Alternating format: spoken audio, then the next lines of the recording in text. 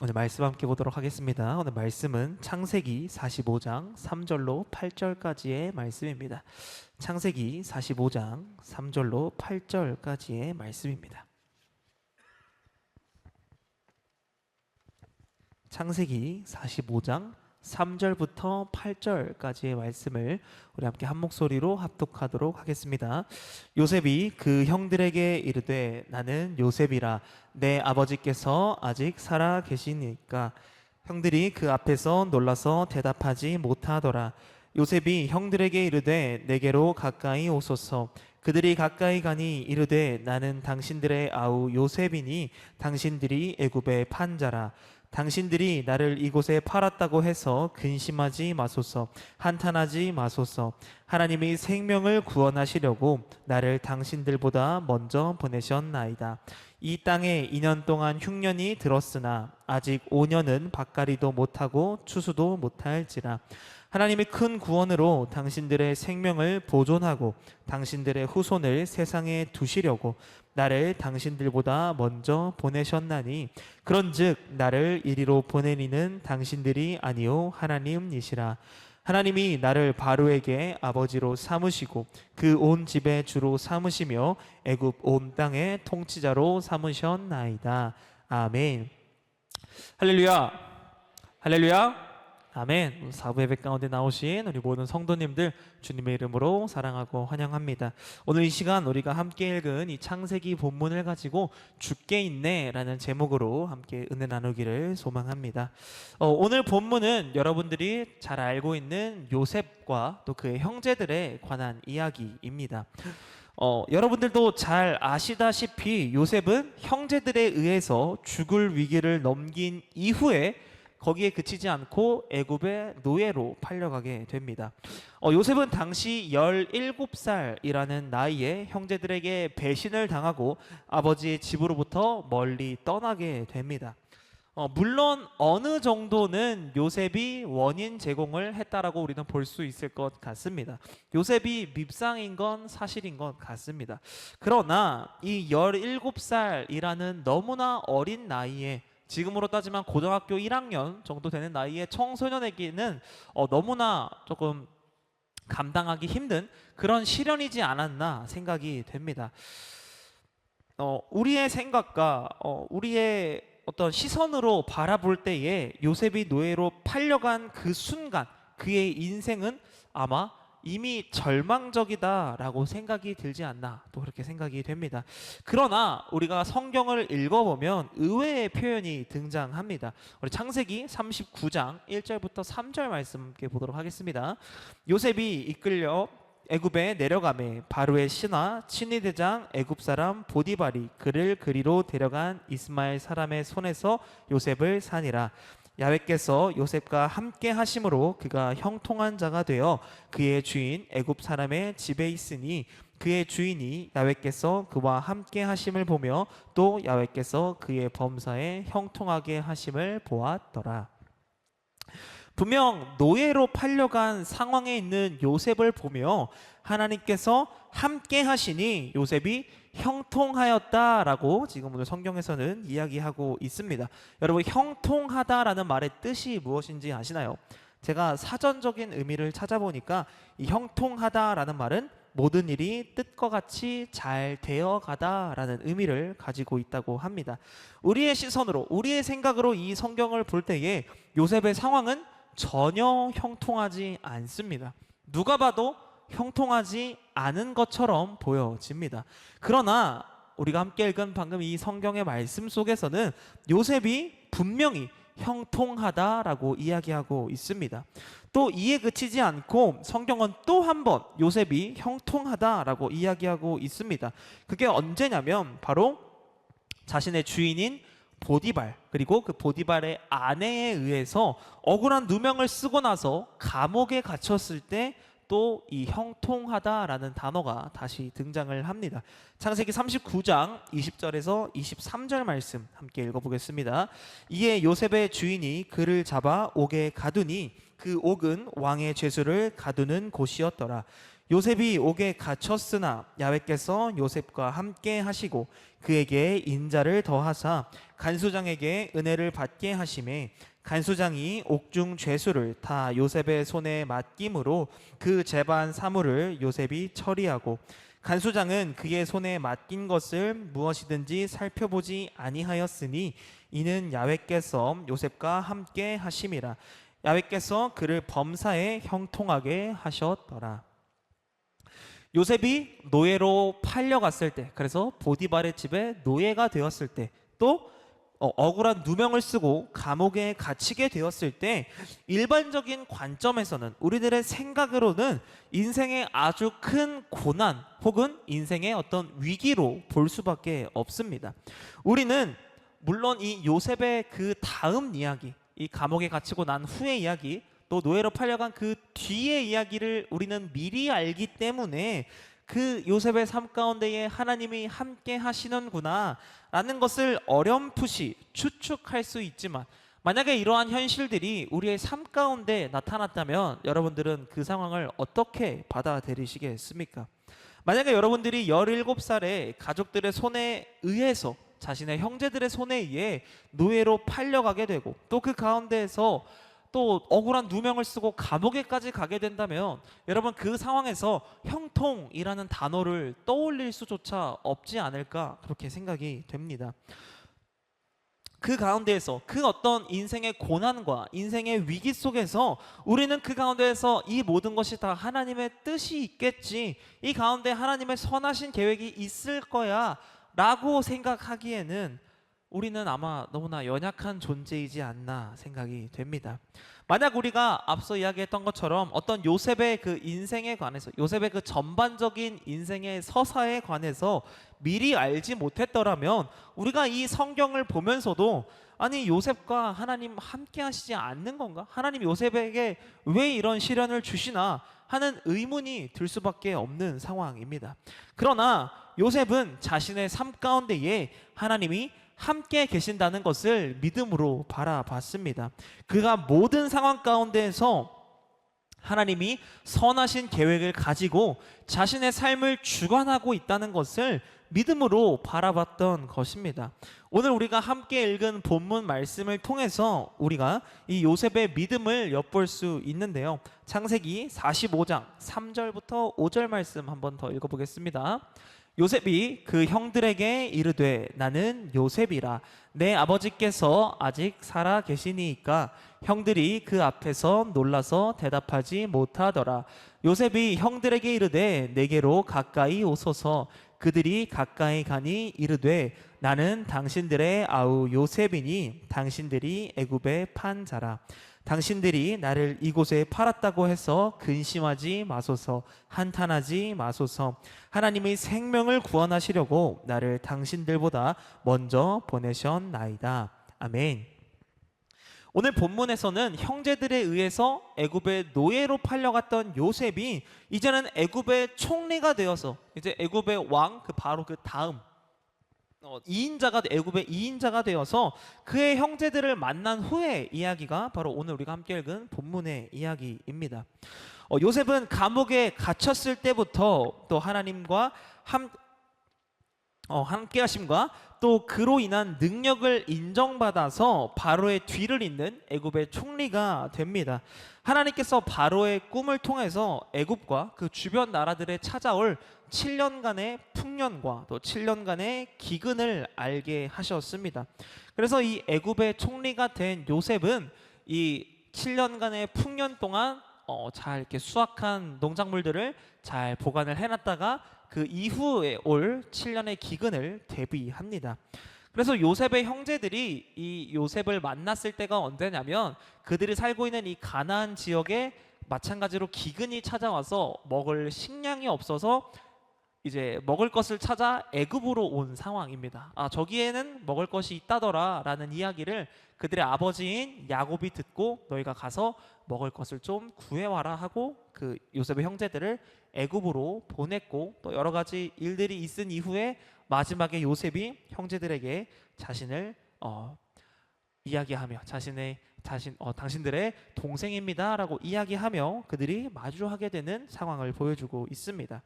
요셉의 형제들은 애굽의 총리가 된 요셉을 알아보지 못했습니다. 당시에 가장 강대국이었던 나라 중에 하나인 애굽이라는 그 나라에 심지어 왕의 그 다음으로 높은 자리에 총리를 감히 마주할 수 없을 뿐더러 자신들이 노예로 몇 년 전에 팔아버렸던 그 자신들의 동생이 애굽의 총리가 되었을 줄은 아마 상상조차 못했을 겁니다. 아마 형제들의 머릿속에 요셉은 어디서 노예 생활을 하고 있거나 아니면 그 노예 생활을 하던 중에 뭐 죽었거나 아마 그렇게 생각하지 않았을까 좀 예상이 됩니다. 요셉은 형제들과 몇 번의 만남을 가졌어요. 여러 가지 뭐 이렇게 만남을 가진 이후에 비로소 자신이 그들의 동생임을, 자신이 몇 년 전에 당신들의 손에 의해 노예로 팔려간 요셉임을 밝히고 있습니다. 여러분, 그 사실을 알게 된 형제들의 마음은 어땠을까요? 아마 자신의 동생이 애굽의 총리가 되었음에 놀라거나 어떤 기뻐했음보다는 아마 본인들이 팔아버렸던 것에 대한 엄청난 두려움이 찾아왔을 것 같습니다.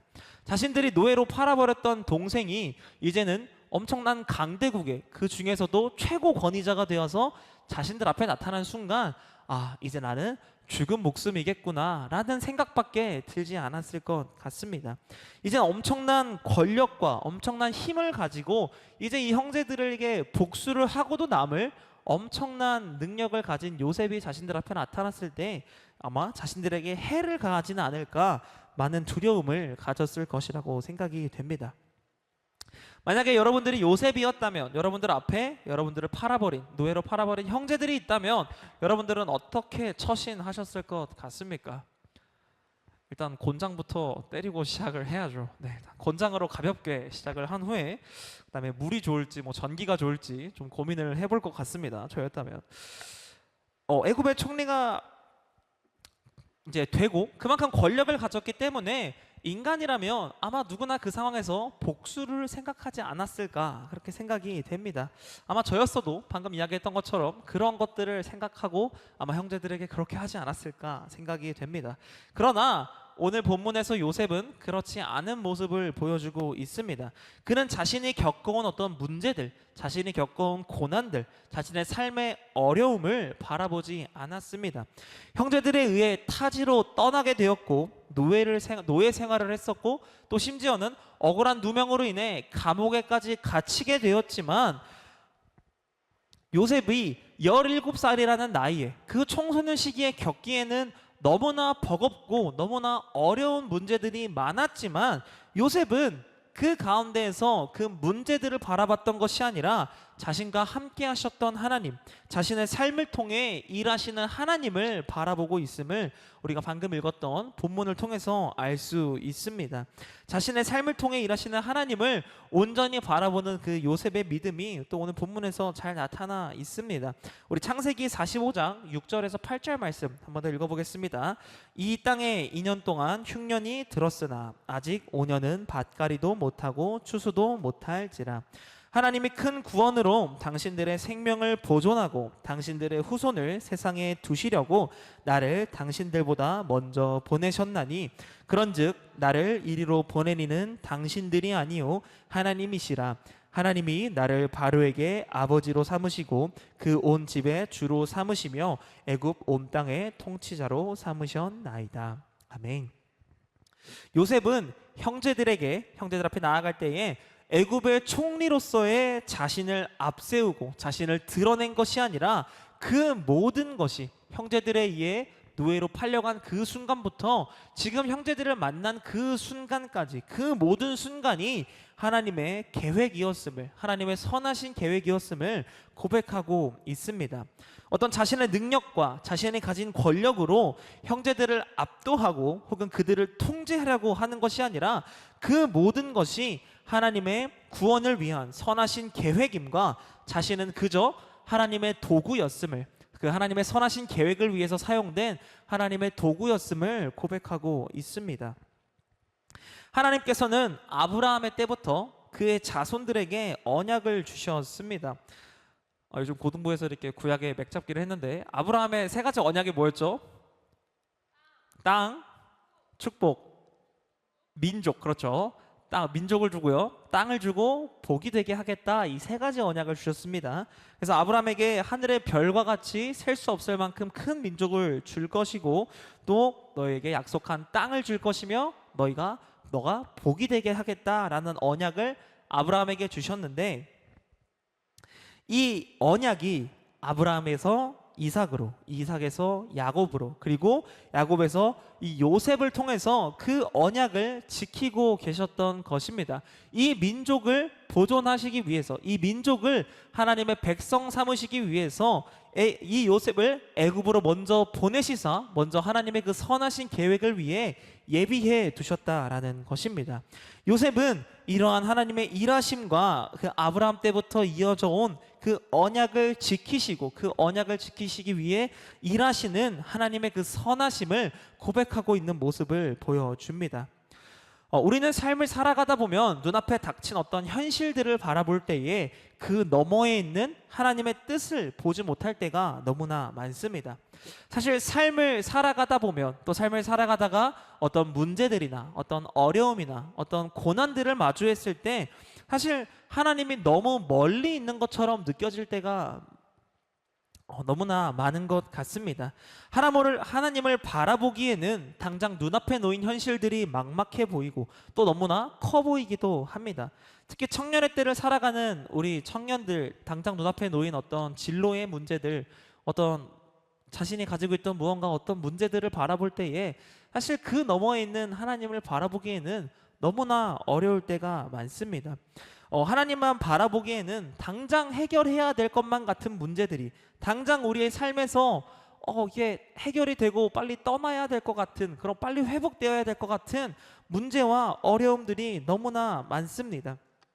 그러나 때로는 고난 같아 보이는 것들도, 내 삶의 고난처럼 느껴지는 어떤 문제들도 어쩌면 내가 감당할 수 없을 만큼 너무나 커 보이는 문제들도 하나님의 선하신 계획 안에 있음을, 그 가운데에서 반드시 하나님이 우리와 함께 하신다는 것을 믿음으로 바라보는 저와 여러분들 되시기를 간절히 소망합니다.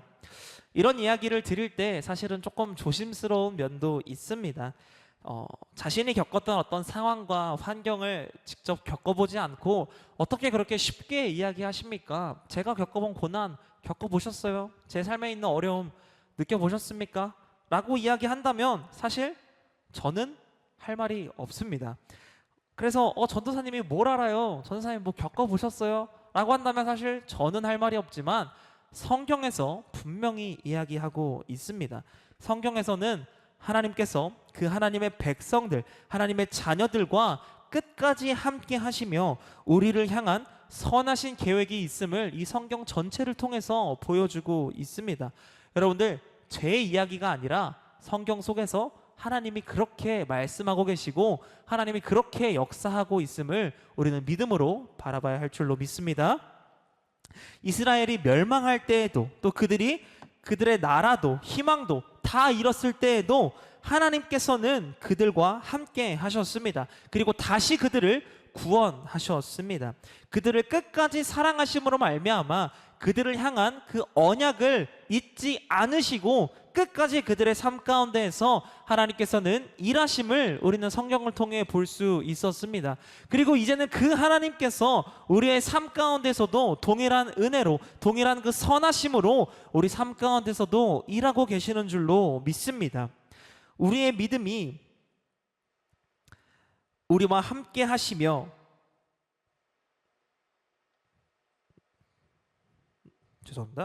우리 믿음이 우리와 함께 하시며 우리를 구원하시는 하나님을 향하게 되기를 간절히 소망합니다. 우리는 종종 신앙생활을 하면서 내가 이만큼 믿었는데 왜? 내가 이만큼 열심히 교회를 섬기고 이만큼 열심히 하나님을 섬겼는데 내 삶은 왜 변하지 않는가에 대해서 생각하곤 합니다. 어쩌면 우리 마음 가운데에 어떤 문제의 해결, 삶의 변화라고 하는 것이 나의 기준과 세상의 가치관으로 바라보지는 않았나 우리는 한번 돌아봐야 할 것 같습니다. 어쩌면 내가 원하는 모습대로, 내가 바라는 모습대로 내 삶이 흘러가지 않을 때에 하나님 내 삶에 고난을 주신다고 생각하고 하나님 내 삶에 문제를 주신다고 생각하고 우리는 그런 하나님을 원망하지는 않았나 돌아보기를 소망합니다. 어쩌면 내가 그린 그림대로 흘러가지 않았을 때 하나님께서 내 삶에 역사하지 않으시는 건가 생각하진 않았나 한번 돌아봤으면 좋겠습니다. 그러나 우리의 모든 것들을 하나님께 맡겨드리며 우리를 하나님의 그 선하신 계획 속으로 인도하시는 하나님의 그 주권을 믿음으로 바라보며 나아가는 저와 여러분들 되시기를 간절히 소망합니다. 여러분들 오늘 설교의 제목을 제가 주께 있네라고 정했습니다. 사실 이 주께 있네라는 말이 단순히 우리의 삶이 다 주님께 있습니다, 주님께서 선하신 계획 안에 있습니다라는 의미에서도 있지만 사실 이 주께 있네라는 말에 어떤 에피소드가 있어요. 사실 약 15년 전 29살이니까 10년 전 12년 전 정도 제가 고등학교 1학년 때 당시 저희 교회에는 워십팀이 있었어요. 워십팀이 있었고 그러니까 앞에서 이렇게 우리 찬양하면서 율동하는 워십도 했지만 이제 어떤 행사나 어떤 절기 때마다 하는 워십들을 정말 매주 모여서 연습하고 하는 워십팀이 있었는데 그때 당시에 그 워십팀을 담당하던 선생님이 어떤 워십 단체에 워십을 전문으로 사역을 하는 단체에 소속이 되어 있었고 그래서 그 단체에서 하는 워십 캠프에 간 적이 있습니다. 저 말고 제 친구들과 저희 교회 워십팀이 그 캠프에 간 적이 있어요. 그 캠프는 가가지고 2박 3일 동안 아침 먹고 큐티하고 워십 배우고 점심 먹고 워십 배우고 저녁 먹고 예배 드리고 워십 배우고 이게 이런 패턴이 반복됐다고 합니다. 그래서 진짜 워십과 예배만 드리는 캠프였는데 그런데 그 이제 나중에 갔다 와서 그 워십팀 친구들이 어떤 이야기를 나눠줬는데 그 이야기가 뭐였냐면 첫날 한 간사님이 이런 이야기를 했다고 합니다. 이 캠프 기간 동안 지켜야 할 뭐 여러 가지 규칙들이 있지만 여러분들 꼭 지켜주셨으면 하는 한 가지는 불평하지 않는 것 그리고 하나님 말씀에 순종하는 것이라고 이야기했다고 합니다. 그러면서 이제 거기 캠프에 온 아이들에게 죽겠다 혹은 죽겠네라는 말 대신에 죽게 있네라는 말을 쓰라고 이야기를 했다고 합니다. 그래서 막 그때 캠프에 다녀온 친구들이 막 약간 이렇게 막 은혜 받아가지고 막 와가지고 죽게 있네 이랬던 기억이 있습니다. 사실 지금 생각해도 상당히 유치하고 그 당시에도 되게 유치하다라고 생각을 했었습니다. 물론 지금도 이 말을 하면서도 저도 지금 막 약간 오글거리기도 하는데 그런데 그 의미를 한번 우리가 다시 한번 곱씹어 봤으면 좋겠습니다. 우리가 그 의미를 다시 한번 생각했을 때 우리의 삶과 우리의 신앙 가운데 정말 필요한 마음이지 않나 생각이 듭니다. 우리는 살아가면서 습관처럼 배고파 죽겠다, 힘들어 죽겠다 이런 말들을 하곤 합니다. 정말 죽을 것 같이 힘들지 않아도 그냥 습관처럼 너무 힘들어 죽겠다 막 이런 말들을 하곤 합니다. 그러나 이것이 우리가 죽겠다 혹은 죽겠네 라는 말 대신 죽게 있네 라고 바꾸면 어떻게 됩니까? 우리는 힘든 상황 가운데 있지만 그 모든 것이 하나님 안에 있음을 고백하는 믿음의 고백으로 변하게 됩니다. 여러분들 이 믿음의 고백이 우리의 삶의 고백이 되기를 간절히 소망합니다. 사랑하는 청년 여러분 그리고 사부 예배 성도 여러분, 하나님께서는 우리의 삶의 모든 것을 주관하시며 우리를 가장 선한 길로 가장 좋은 길로 인도하시는 분이신 줄로 믿습니다. 그러나 선한 길, 좋은 길이라고 하는 것이 우리의 생각과 혹은 우리의 바램과는 조금 다른 모습일 수도 있습니다. 하나님께서 요셉을 통해 이루신 그 선하신 계획의 모습이 우리가 보기에는 좋은 길, 선한 길로 보이지는 않았던 것처럼 우리의 삶 가운데서도 하나님께서 일하실 때에 그것이 어떤 우리가 상상했던 우리가 바랬던 그 모습과는 조금은 다를 수도 있다라는 말씀입니다. 그러나 그럼에도 불구하고 그 가운데에서도 하나님의 그 선하신 계획을 바라봤던 요셉과 같이 끝까지 우리를 사랑하시며 우리와 함께 하시는 그 하나님을 신뢰함으로 나아가는 저와 여러분들 되시기를 간절히 소망합니다. 또 하나님을 신뢰함으로 그 하나님의 선하신 계획을 바라보며 그 하나님의 일하심에 그 하나님의 선하신 계획에 동참하는 저와 여러분들 되시기를 간절히 소망합니다. 그 하나님의 그 일하심 가운데 하나님의 그 선하신 계획 가운데에 비록 조금은 어렵고 조금은 힘들지라도 그 힘듦에 그 어려움에 그 문제들에 우리가 낭망하고 지치고 쓰러지는 것이 아니라 그 모든 것이 주님께 있음을 믿음으로 선포하며 그 가운데에 우리와 함께 하시며 우리를 끝까지 사랑하시는 그 주님을 의지하며 살아가는 저와 여러분들 되시기를 간절히 소망합니다.